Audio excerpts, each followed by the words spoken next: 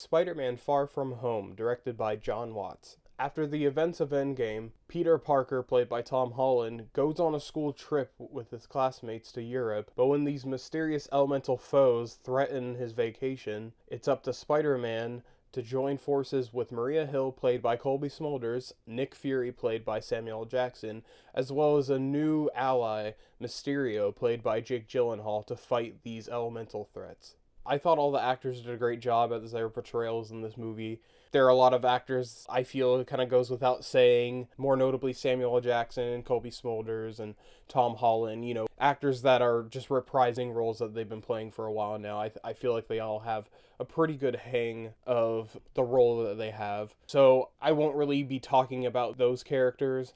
But to me, I felt that the new character, Mysterio, played by Jake Gyllenhaal, I felt that he did a really good job. Ever since I was a little kid, Mysterio's kind of been one of my favorite Spider-Man villains. And I felt that in this movie, the writers did a good job at making the character different from the source material while at the same time having some elements that are very similar to how the character is in the comics. Jake Gyllenhaal, he brings a very over-dramatic attitude to the character, which is how you would expect him to be in the comics. In the comics, he's very film savvy. His whole thing is special effects and illusions and stuff. And in this movie, his whole thing isn't really film, but there's a lot of moments in the movie where it almost feels like he's being a director, and the illusions and the special effects very much are dominant in what makes Mysterio in this film. And so I'm really glad that they went to basics with what it means to have the Mysterio character in a movie while at the same time bringing something new and applicable to the world that we've been given already in the MCU. Another role in this movie that I felt was noteworthy was Zendaya's performance as MJ. I felt that in the previous film, in Spider-Man Homecoming, I wasn't necessarily a huge fan of this character.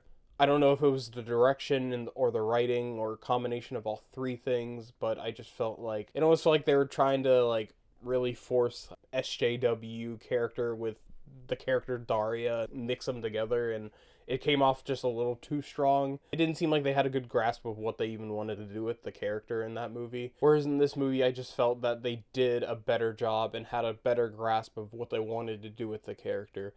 Zendaya's performance, she almost presented this vulnerability to the character, especially with her interactions with Peter Parker. I felt that her and Tom Holland had really good chemistry.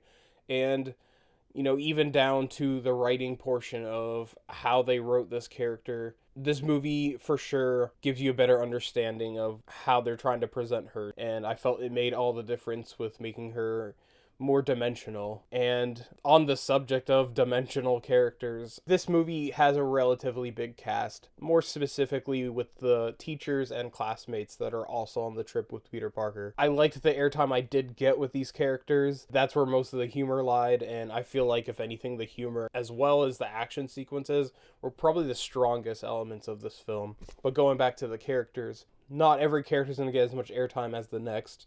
More specifically, characters like Flash aren't going to get as much airtime as MJ and, Peter Parker.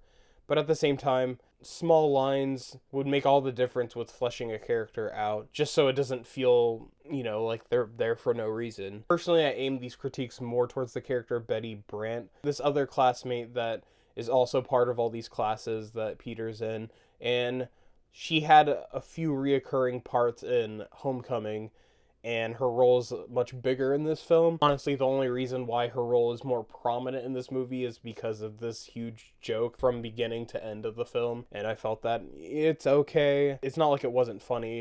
It was a funny joke, but I just felt that if she's gonna come up so much, at least flesh her out a little bit with just a few lines or something. It's not a spoiler, but there's this part at the very end of the movie with Flash, and the vacation was done, and he was just asking where his parent was, but someone else was there to pick him up, and you can see a look on his face, and just that small moment, you kind of learn a little bit about him, and I just felt that, makes all the difference for someone like me who's wondering why are we looking at this person for so long. This movie is a Spider-Man film, and naturally you're going to be centered around Peter Parker, but has this group of people that he has to deal with from beginning to end, deal with as in, he has to protect them and make sure nothing happens to them. And so because of that, they're not going away from beginning to end of this film. And considering that aspect, naturally you want them to all be likable. You don't want people to get fatigued of these characters.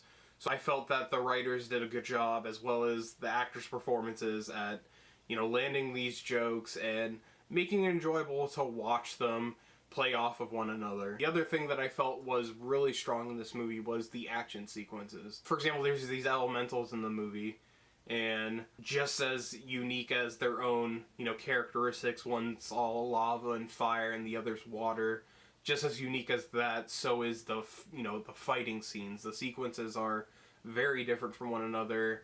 And even with the final battle, what they do with it is very creative and enjoyable to watch.